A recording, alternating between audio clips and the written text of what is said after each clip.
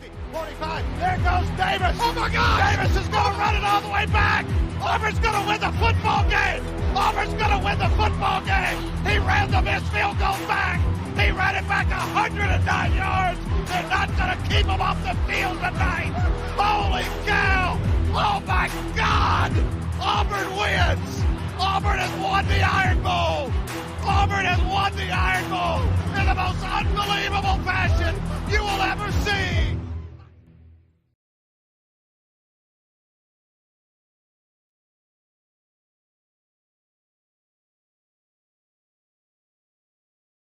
Having some technical difficulties. My bad. You can hear it? I honestly, I couldn't hear it. It's all good, but welcome everyone into a brand new edition of the Dream Wager. Today is June 19th, Wednesday, 2024. I am your host, D-Rock, and joining me as always is our NBA guru, my partner in crime, Elvis Acosta E. The Boston Celtics are the NBA championships. How are you? A little bittersweet, congrats to the Boston Celtics on a tremendous season. But, the fact that it's the last time we're going to watch an NBA game to about, let's just say October, kind of sucks. I know we got the Summer League. We still got the WNBA. We know we got the Olympics this summer as well. But, you know what? It's okay because we got Olympic ball this season. But it kind of sucks. I kind of wish the series went 6, possibly 7. That would have been nice just from a fan perspective. But, shout out to the Celtics on a tremendous season. Yeah, I mean, it really wasn't a game. 106-88, right from the jump down their throat. They led by 10 after the first quarter. And, now they're the most winning franchise ever. They have the most championships, 18. It's crazy how it was 16 years to the date that they won back in 2008.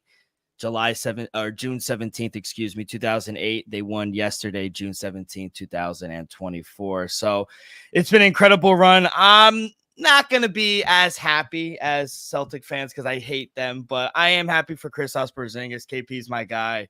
Never said a bad thing about him on the record or off the record. I actually really like KP. I'm happy for Drew Holiday, Al Horford as well. Also, I think that the whole way this kind of championship team started was back in 2001 when 2021 where they traded for Al Horford, then they traded for Derek White, then last season they traded for Kristaps Porzingis. So this champ, bro, yeah, Drew Holiday. What did I say? You just missed Holiday. Drew Holiday. So what Brad Stevens is doing, like not just as a head coach in the past, but in the front office, I mean, they wouldn't be where they are without him. Yeah, I think Brad Stevens did a tremendous job. Remember, a couple years ago when I want to say he got fired, but we was like, oh, Brad Stevens not gonna be coaching the Celtics anymore. Like I questioned that decision because I think Brad Stevens, even since like his Butler's days, great head coach. And I was like, oh, but if he move him to the front office, he could be cooking from the front office. And Joe Mazzulla, I think we gotta start right there. I think Joe Mazzulla did a phenomenal job. I think he proved himself to everybody. He's one of the best young coaches, not just young, he's one of the best coaches in the NBA because he just brought that pedigree, brought that defensive prowess. We understand last season I'm not gonna say underachieved, but they didn't get back to the finals. They didn't win the championship. They was able to do it this year at a dominant fashion. We got to at least respect the fact that they went 16-3 in this playoff. I understand no Jimmy Butler, no. It doesn't matter though. Donovan Mitchell, no Jared Allen. Tyrese was hurt games 3 and 4, but at the end of the day, people they did it. They did it. They didn't choke. One bad loss, game 4, when the Mavericks gave them everything they had. That's the only bad loss they had all playoff run, Dill. So you gotta respect the Boston Celtics in this season from top down. Brad Stevens, Joe Mazzulla, and then the two big dogs and Jaylen Brown and Jason Tatum. So what a tremendous season. Jaylen Brown had himself a solid game. He was MVP. A little not efficient from the floor for the final game, but to me, he solidified the MVP when he hit the closer for in game 3 when with about a minute left, he pulled up, hit that about 20-footer up the middle, and to me it was the dagger of the game, and to me he ended the series. Give credit for the Mavericks winning game 4 and not getting swept, but the Celtics were just honestly the best team not just from the start of the The whole season, season. the whole year. So Yeah. give credit to the front office and Joe Mazzulla. And then, like you said, Al Horford, all these years of 17, 18 season, 17. Yeah. finally getting his ring. I think, to be honest, I think Al Horford is a Hall of Famer now. Wow. Yeah, I think we gotta put him in there. I'm not saying he's first ballot, second ballot, but look at his career, the 3-pointers, the percentage, what he was able to do in Atlanta. Let's not forget those years, though. Atlanta, if it wasn't for LeBron James, that those Atlanta teams could have possibly had a finals appearance or two. I'm not saying they would have won it all, but Yeah. they was running into the old King James every Mhm. year. So Al Horford had a tremendous career. And then now Drew Holiday, 2-time NBA champion. Now he solidified himself as one of the greatest defended point guards of all time, in my opinion, with the performance he had. We saw how he was able to lock down Devin Booker and Chris Paul just a couple years ago in Milwaukee. Now he did it against Luka and Kyrie with a little help of Jason Tatum and Jaylen Brown. I think Drew Holiday might be in the conversation as a Hall of Famer as well. So it just shows how great this team was built and created from the front office and Brad Stevens. Al Horford, Holiday, all off seasons. Kristaps Porzingis, all off season acquisitions. So, and to me, that's what put them over the top. In 2022, when they went against the Warriors, they were close. They were up 2-1 in the series, but they just didn't have enough. Even last season, they didn't have enough. The moves they made this season, they were just the best team in basketball. So give them credit. And also Derek White. That man gave you Yeah, everything, both sides. Chipped his fucking tooth, the guy. He's crazy. But yeah, you said a lot. Joe Mazzulla, shout out. Youngest head coach since Bill Russell, 1969. So he we were, I think, fairly critical though. We might have been a little overcritical last year, but I think it was deserved. And I still stand by what I said last season. I think if Imaduka stayed, they probably would have had a championship already. But I got to give credit to Joe Mazzulla. He is a good coach, and he got the boys playing. Al Horford, you mentioned, 17th season. I don't know about a Hall of Famer, but I'm glad you brought up Drew Holiday because I wrote in my notes, Drew Holiday and Hall of Fame question mark. I think he has a stronger case, and I love Dominican Nightmare, but I think he has a more impressive resume. Drew Holiday, 2-time NBA champ, 2-time All-Star, 3-time All-NBA first-team defense, 3-time All-NBA second-team defense. He's Olympic gold medalist. His career averages 16 points per game, 6 assists, and 4 rebounds. I wouldn't mind if either of them got in. Let's just say that. But I do think, especially, he plays both sides. I think Al Horford gets in just because the first Dominican player. you got to put those in perspective. Though what he's doing is he's the first to do it. He's the first to do it. So you got to wait till Cat. You got to add that in there. You got to add that in there. So I think Al he had a great career. If you put he did. He had a great career. In the NBA, I'm not saying everybody gets in, but it's questionable Hall of Famers out there. 100%. I feel like Al Horford possibly gets it. Also, a lot of people, the whole MVP, it closed with Jason Tatum finishing because he silenced a lot of doubters. Closeout game 5 at home. We're not going back to Dallas. 29 points, 11 assists, 7 rebounds. He was minus 140, minus 150 towards like the last 3 minutes of the game. I kept checking at one of the sportsbook at the MVP odds. It just shows you that it doesn't matter. It's a voted on award. And I think, like you mentioned earlier, I think he won the MVP at game 3 or something around that. In my opinion, I just feel like, look, give credit to Jason Tatum. He had a great series. But remember, he led them all in points, rebounds, and assists. That's what I'm saying. He had a great series, Joe. Yeah, but yeah. I'm just trying to give people the perspective on why he didn't win. Game 1, I think he had 6 or 7 turnovers. That's not you got to stand from the voters' perspective. That was sloppy game. Game 2, he wasn't really that efficient. Games 1 and 2, you could say he was just off.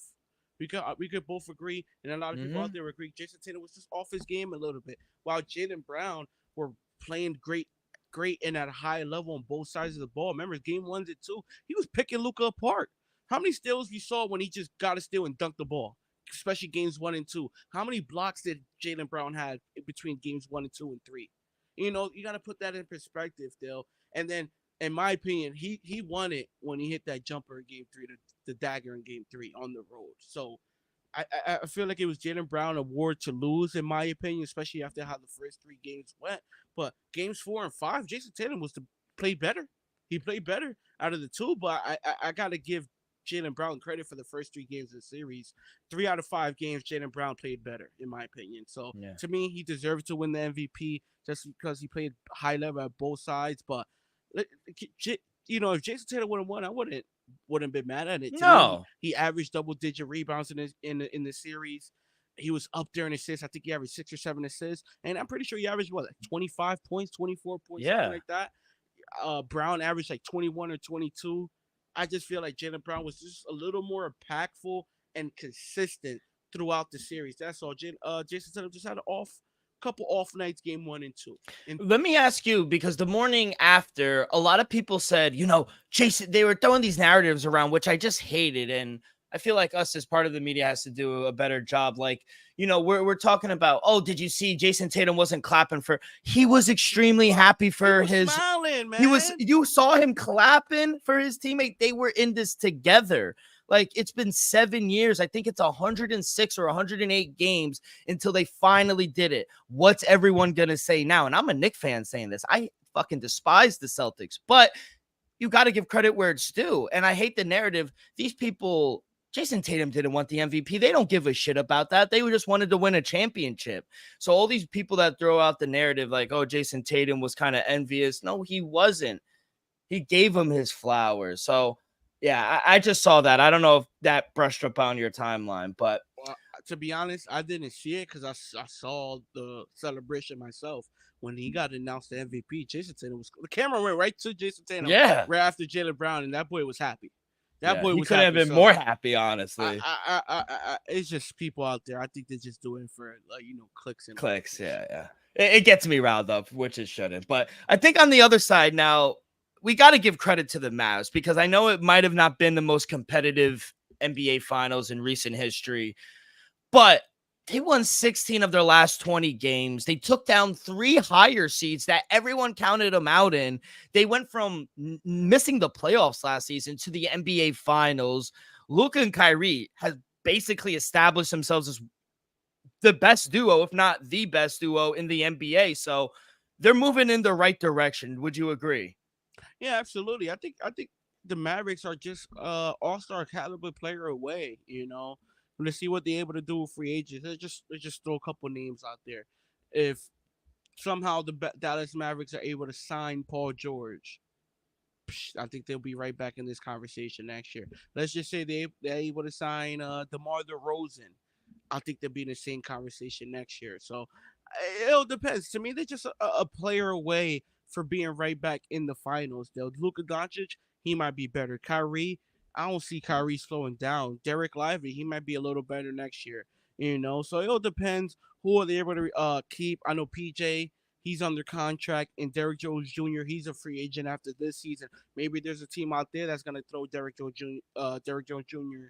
a nice bag. Who knows? He's a great defensive player. He got that finals experience. I understand he wasn't, too impactful, but to be honest, he had a solid, more than solid playoff run, if you ask me, on both sides of the ball. So Kyrie's under contract, Luka's under contract, and I'm not sure over Gaffrey's under contract, but I know Lively is and PJ is. So most of the starting lineup is gonna return, and to be honest, I think they'll be just fine as long as Luka and Kyrie healthy in the tough Western Conference, by the way. But I think if you just build off what you did this season, and just add, a nice rotational piece, maybe another scorer off the bench that could give you something come playoff time, like a Norm Powell or something like that, and then add another, just a nice rotational piece, like I said, like a DeMar DeRozan, Yeah. Paul George, somebody like that. Somebody, because even a Pascal Siakam, I think he's gonna be a free agent this season as well. If you get Pascal Siakam on the Dallas Mavericks, I think they'll be right back. So they're just a player away, though. They're just a player away the way they're constructed right now with a young Lively, Gafford, and Luka and Kyrie. And then the bench, yeah, I like Exum. I like Green. I like Hardy, and then Kleba. He's always solid to me. He underperformed in the finals. If you ask me, to me he should have been a little more aggressive, especially from the 3-point line. But give credit to the Dallas Mavericks for making it this far. But I think they'll be just fine. Make some offseason moves, and they'll be right back in. Yeah, DeMar DeRozan, Kadarius Caldwell-Pope, Michael Beasley, Grayson Allen, Russell Westbrook, but some of them have player options, Grayson like Allen got that big deal. Remember 3 oh yeah, years he did, right before the you're right. playoffs. Emmanuel Quickly, Tyrese Maxey, but these are like restricted free agents, So who else? OG Anunoby. For everything I've been reading, he felt that the Knicks gave him an offer, and apparently these are according to everybody in the New York media. Apparently he felt disrespected at the first offer. So the energy seems down, but they said, all right, so go be a free agent and see what you have out there. Then we'll revisit. So we're kind of playing our hand a little bit. I hope OG comes back, but he's a guy that might be out there. Bruce Brown, he has a team option. Paul George has a player option. Tobias Harris is gone. I can guarantee you he's gone. He's gone. Jimmy Butler got a player option. Even like a Nick guy, if they want to go a big route, because they kind of have the backcourt. If you want to look at bigs, Nick Claxton, he's a free agent. Isaiah Hartenstein of my Knicks, Valanciunas. So there are people out there. Precious Nachua. I think Gafford and Lively are solid. I just feel like they need a scoring small forward, power forward who could give you about 12 to 20 a night, like a wing guy, right? Yeah, a wing guy. Like I said, like a DeMar, Paul. Maybe Paul George is a little off the budget, but what about a guy like Buddy Hield or like Malik Monk? Malik Monk could be solid. It just all depends. I just feel like somebody that needs to fit in the rotation, even like a Klay Thompson. I was just gonna mention him. He wants a 3-year deal. He said you get Klay Thompson in there, especially come playoff time. He's gonna give you at least 12 to 15 at night. People would argue Klay is washed. Not me. I'm saying it's out there. People are saying he might be washed, and I think that's fair. Even a guy like Andrew Wiggins, in my opinion, he's solid. Who else? Oh, Donovan Mitchell. Let's see what he has a player option as well, Donovan Mitchell. So it all depends, Even a guy like this, I'm pretty sure he's under contract, but Michael Porter Jr., he could be a difference maker in Dallas. So it don't need to be a superstar deal, just a solid all-star caliber player at the 3 or at the 4 position. Yeah, no, I agree 100%. So we'll see what they do, but it's been a hell of a season for the Mavericks. Let's go to some news, though, that happened literally right after it. Jeff Van Gundy, who spent the season as a senior consultant for the Celtics, he is greeted to become the lead assistant under Ty Lue's coaching staff over there with the Clippers. And I feel like, I don't know, correct me if I'm wrong, but like from things you hear about Jeff Van Gundy, I feel like he's considered as one of the smartest minds in basketball, basically on a full-time basis. He led the Knicks and the Rockets to 430 regular season and 44 playoff wins in 11 seasons under the two teams. So you like this move for the Clippers? Yeah, Dale, we know both of them. Well, Stan have a great basketball mind. He has the experience, and why not? He's been there and done that. Like you said, he got the resume for it. And it's never a bad idea to have another great basketball mind in the building, especially coming off a championship run. So I think it's a great move to get him under Ty Lue, because we know what the Clippers want. They want to win now. They get in the new arena. Yeah. Ty Lue's they just gave Ty Lue the bag, big contract.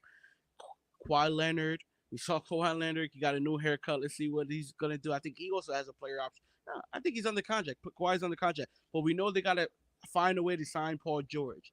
We both know if the Clippers don't sign Paul George, I don't see them as contenders of Russ, Kawhi, and James Harden.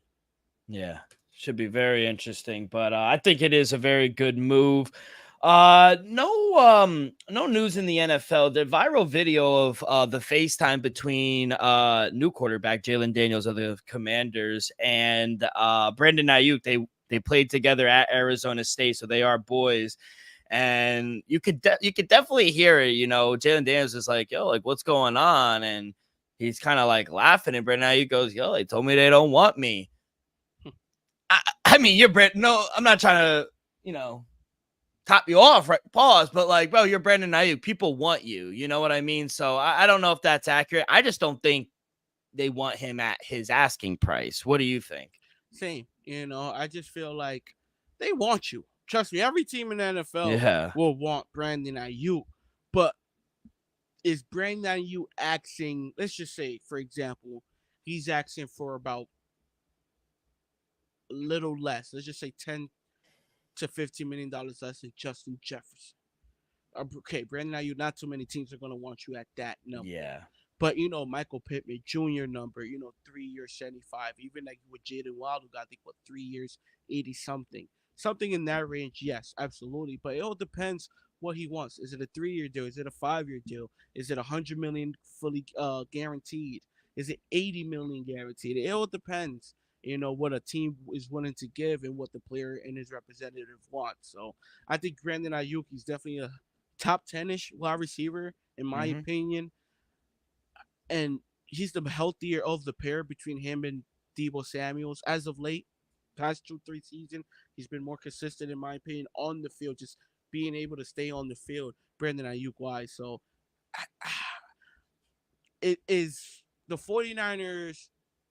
Are they still contenders without him? Yeah, I would say so. But are they a better team with Brandon Ayuk? Absolutely. Absolutely. Yeah. So, And and they have to pay Brock. Next year, you're Nick, gonna have to pay Brock. Next year. That's the thing. The cap could go up a little more. No TV deals, do that. So I worry about Brock next season. I need to figure out how I'm gonna get Brandon Ayuk in our training camp in 3 weeks, 4 weeks. So I asked you, and I'm gonna ask you the same question. I asked you if T. Higgins will cave, or do you think he'll sign the tag, or he'll walk? I think he will, just because he's not about to just let up what 18-20 million dollars on the table. I understand if the tag was just like 10 million, 8 million, okay, maybe he'll leave that on the table and just take the risk. But I don't see him just, not first lose money and then paying fines. Might as well just show up, Dill. And I think let his play do the talk. I think if he hits the open market next season, comes off the field fairly non-injured, he could be a little. I'm talking about he could just have like a minor surgery and he'll get what he wants. As long as it's nothing major like an Achilles or a torn ACL, I think he just walks off the field this upcoming season. He'll get what he wants. But at the end of the day, he's gonna end up playing for the Cincinnati Bengals this season. I don't see Cincinnati giving him a long-term deal because we know they got to get Jamar Chase done. San Francisco. No, you said T. Higgins. Oh yeah, but the whole thing was about Brandon Ayuk. Yeah, so that's my thing with Brandon Ayuk. Like I said, though, it might be another team out there, or maybe the 49ers trade him. I just feel like they're just too far apart. And then for the T. Higgins situation, they're just too far apart. But he's gonna at least play under the franchise tag. Yeah, Brandon Ayuk might just be like, you know what, I'm not gonna play. Yeah, so I looked it up. The tag is 21.8 million. So that's what T. Higgins is playing for. Which I don't know. I'm thinking like while you're talking, I probably wouldn't give Brandon Ayuk more than 25, 26 either. If I'm being honest. But my thing is, if say if you're just a little bit apart, let's just say Brandon Ayuk wants 28. You want to go 25, 26. But the guaranteed number on the back end is, say he wants 80, you only want to give him 60. See, that's a lot of money left on the table. I guarantee the yearly number, if they're all $4 or $5 million, that's not the big issue. It's a fully guaranteed number. How much are you going to fully guarantee him? We saw, I think Waddle got 60 or 70 guaranteed. Yeah, so down the road, it's not expensive to pay for him. You get everything. Exactly. So I just feel like they're far apart on that number, the fully guaranteed number. It's going to be 60. It's going to be 80. It's going to be a little less than Justin. It's going to be around 80 or 90. That's the question. I don't have the answer. I don't have the answer for that. I think, I don't know. They got to know by, when is the date? July 16th is the time they report to camp. 30 days. 30 days. He has to figure it out. Gun in my head, I do think he'll wind up playing, just like T. Higgins. You know, they say it, but at the end of the day, they don't want to walk out on I would love 21.8. to see one of them get traded, though. Why not? To who? I don't know if T. Higgins will, now that he intends to sign it, but maybe a Brandon Ayuk. I definitely think that's a possibility. Yeah, why not trade him? He gets his payday, and then the 49ers get possibly something in return, maybe a future first, no, not a first, but future second or third round pick, something like that, or maybe a solid player in return. Who knows? You know who needs wide receivers? The The Patriots. Cardinals. Well, yeah, them, the Bills, the Ravens. The Bills could use a stud. Yeah, Ravens, we all know they love to run the ball, but studs like, whew, oh man, a stud like Brandon Ayuk, that'd automatically be their number one. So yeah, what, a place where Brandon Ayuk I think will have tremendous success and be a true number one at? Where? Jacksonville. They don't really have a number one, do they? I guess Christian Kirk. That's what I'm saying. That's a good landing spot. Do you worry? Do you worry that he'll run into the same problem Calvin Ridley ran into? Because it looked like for the first 6-7 games they had no connection, Trevor Lawrence and Calvin Ridley. No, but yes, but no. Just because I think Brandon Ayuk is a much better player today than Calvin Ridley. That's fair. I don't know. That was a curveball. I did not expect that one, but I think that's a good fit. He would automatically be their number one on paper. I just hope or even like a team like Denver, or the Chargers. You trust a rookie quarterback though over there in Denver? I don't trust a rookie quarterback but maybe a veteran wide receiver in Brandon Ayuk could help develop your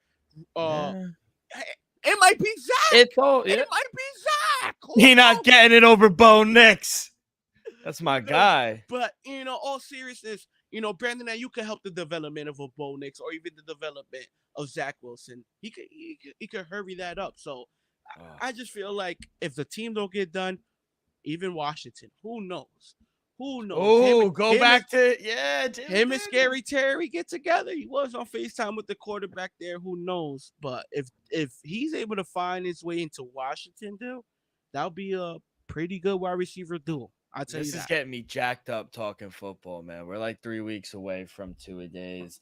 I can't wait. But yeah, there are a ton of options. I can't wait till we start getting into the thick of things. But yeah, that's all the news we got over the weekend. Right now, we are recording this as the NHL Game 5 is going on. It is 1-0 Edmonton midway through the second. So we'll see if they could try to push. Under looking good. Yes, sir.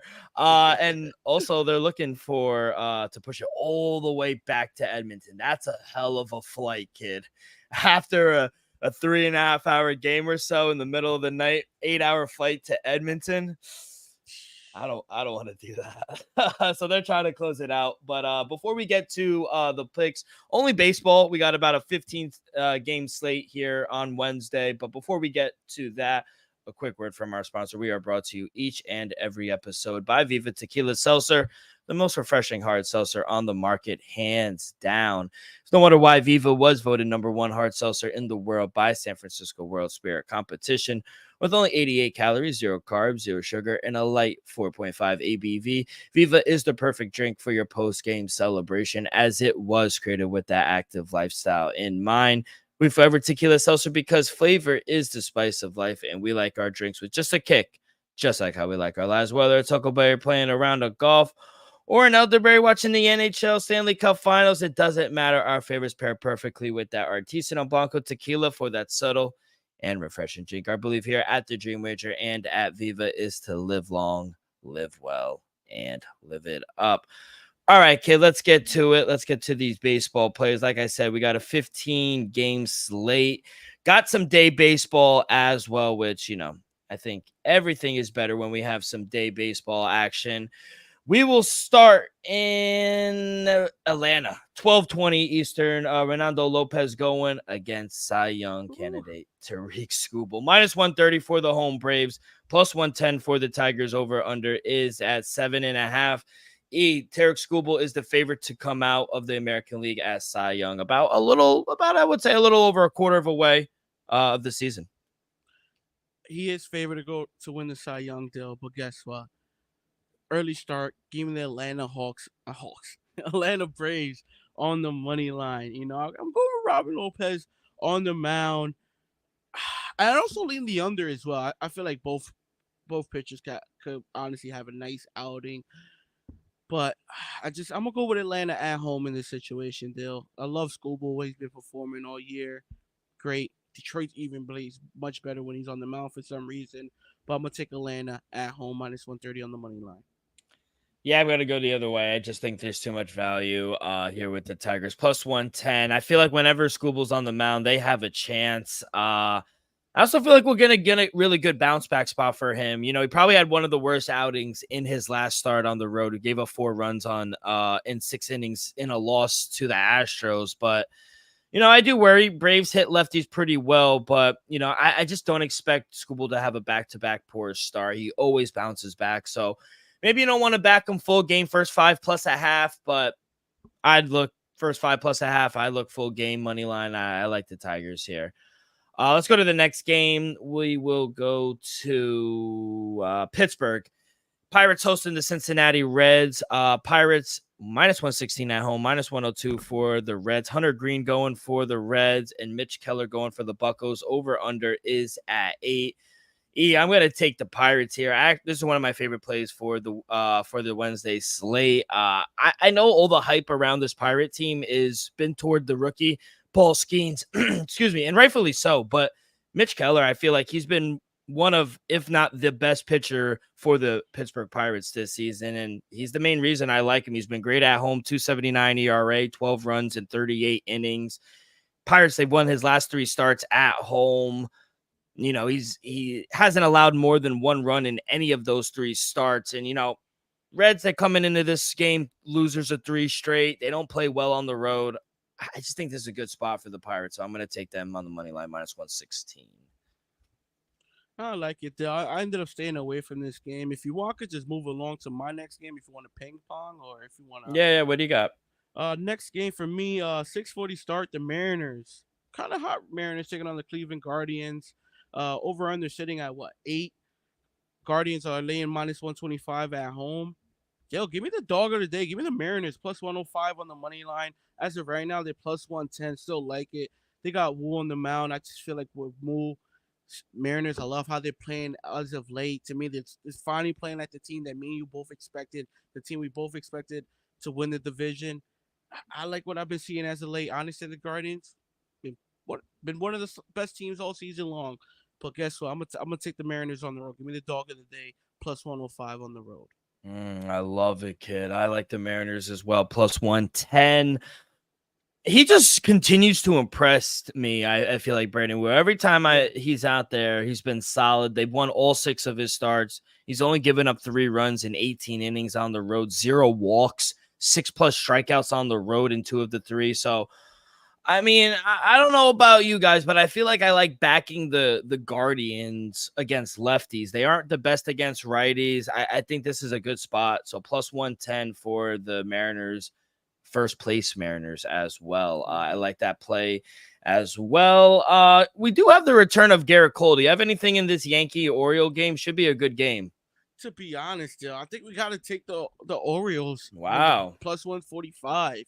Just because first started the season, people.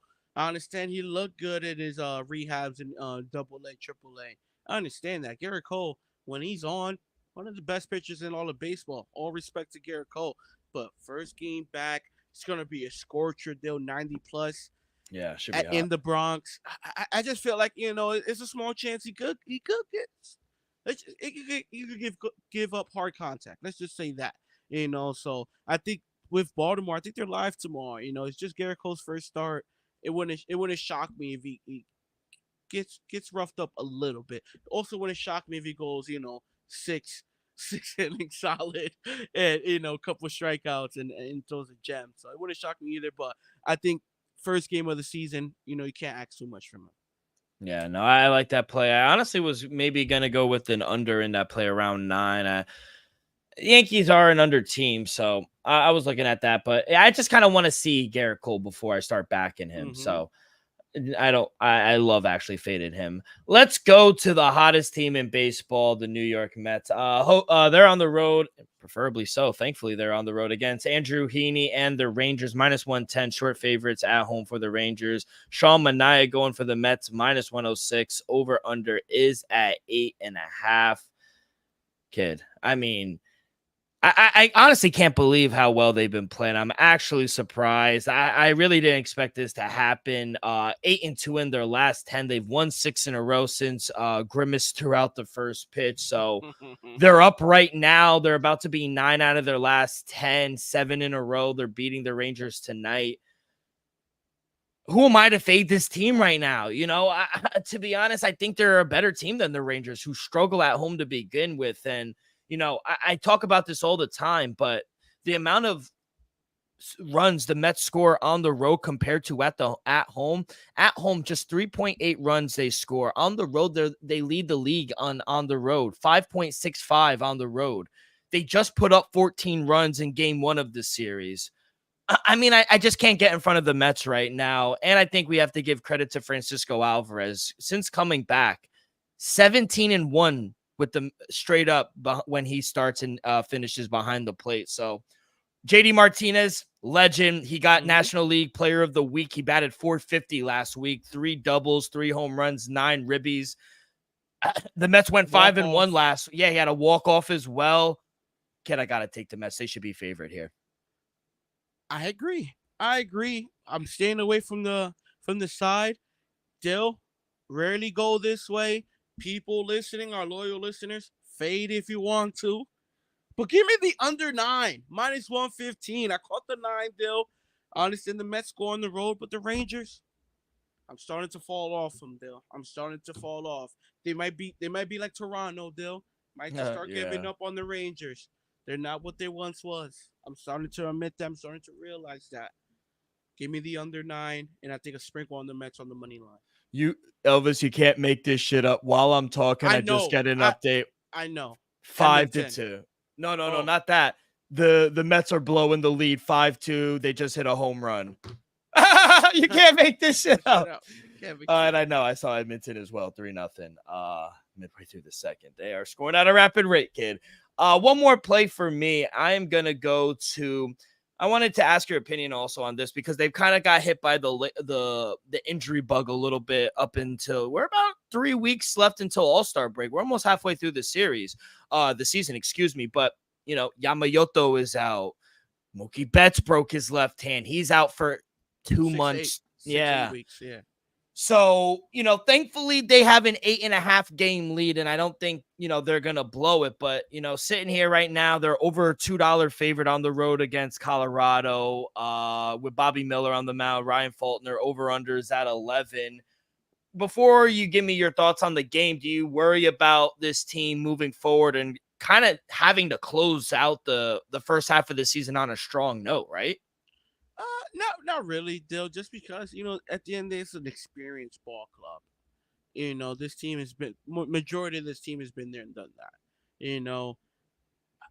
I feel like long as you could just coast to the All-Star game with somewhat of a lead in the division, what they got 8.5 now. They could just go to the All-Star break up 4, up 5. They'll be just fine, Dill. Especially as soon as they get healthy. Mookie's back. Yatsumoto's back. Long as Shohei stays healthy and some of the other guys stay healthy, I think they'll be just fine. And then for tomorrow's sake, for the people listening, last time I did pick Colorado over the Dodgers, it hit +220. I'm not gonna go there at +168. All I'm saying is I like the run line at +115. Deal at home to lose by 1 against let's just say not 100% Dodgers team, I think it's doable. So let me go there. Give me the run line with the Rockies +115 on the money on the run line deal. I think they could lose by 1 at home. I'm actually going to go to the over here. I didn't want any part of the Dodgers at this big of a favorite. Over $2, I don't. Yeah, they should be the favorite, but minus 180, minus 175. I thought that was more reasonable, but over 11. I feel like this could be a shootout. The Rockies, they've been putting up some runs here lately, so. And even without Mookie Betts, I expect the Dodgers to at least put up 6-7 runs. Against Ryan Faulkner is awful. Batters are hitting 331 off of him at home. He's given up 4+ runs in his last 3 starts at home. The bullpen for the Rockies is the worst in the league. So I just think it's gonna the floodgates are gonna open once they get off of Ryan Feltner. So I think we're gonna see a shootout here. And if we do, I do think the Rockies are live. They have been able to score some runs. So love your play, and I'm also going to attack the over. But that's all the plays I got, kid. Any more for you? Yeah, I got two more plays. Another dog. Boston Red Sox taking on the Toronto Blue Jays. Like I said, I'm gonna keep going right there with it. The one the other night, I'm not sure what they're doing tonight, and I think they'll take care of business tomorrow. They'll give me the Boston Red Sox plus 105 on the money line. Bellows on the mind versus Gossman. To be honest, I don't understand why the Red Sox are dogs once again. In my opinion, Bello, he's not good on the road. I understand that, but we're playing much better baseball right now than the Toronto Blue Jays. That's fair. Last month and a half, I could say at least 3 to 4 weeks. Honestly, we've been much better. Not just a little bit, much better than Toronto. So they got. To me, the books got to fix that. But give me the Boston Red Sox on the road plus 105. And then my last play of the day. To be honest, people, I'm not as confident in it, but I did go to the window with it. I did put it in. Houston Astros taking on the Chicago White Sox. At the end, people, it is the White Sox. Give me the Houston Astros on the money line minus 118. You got Brown on the mound. I don't love Brown on the road.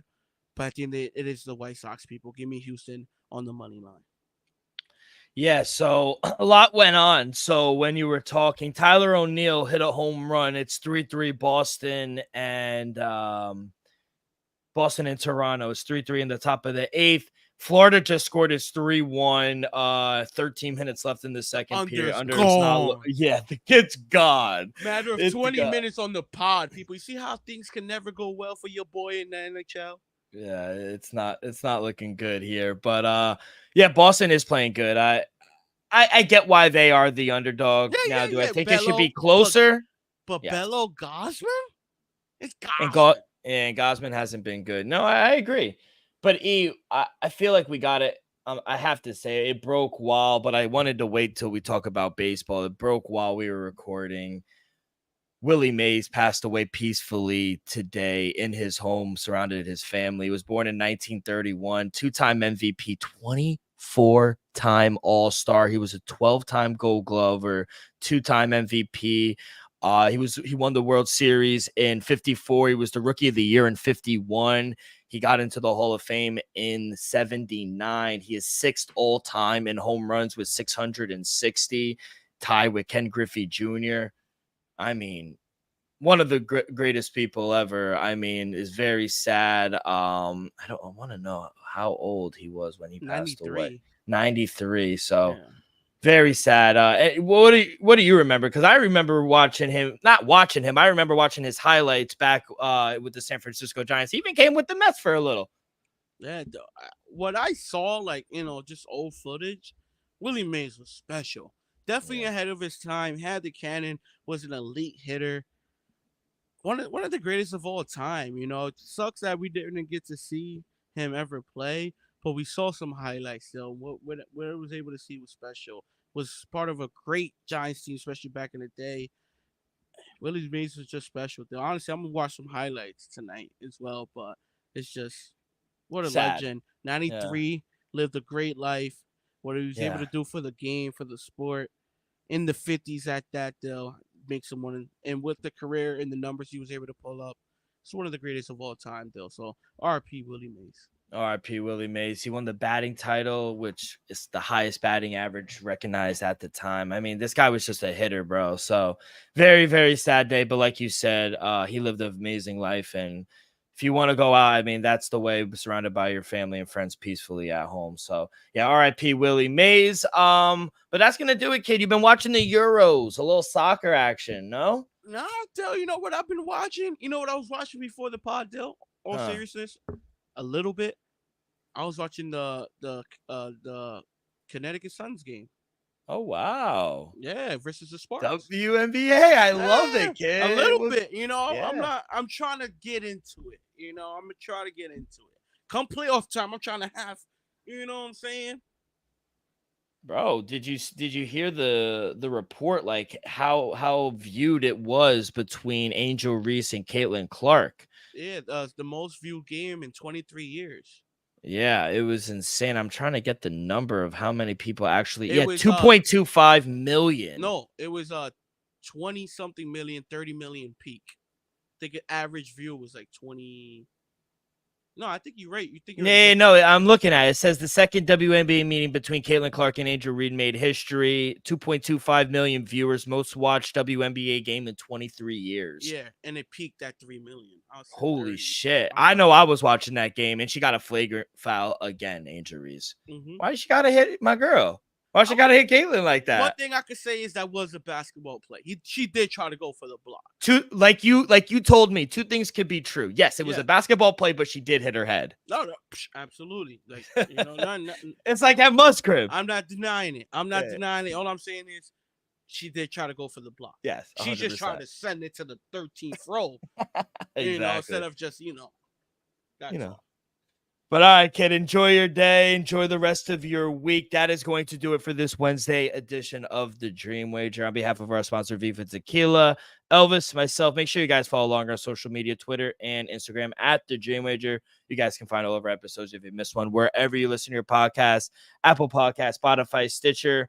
Hit that like button, subscribe, rate, all the good stuff. All that stuff really helps the show grow tremendously. So be a friend, tell a friend. Everyone have a great few days. Good luck on your wagers, and we will see you guys on Friday. Peace.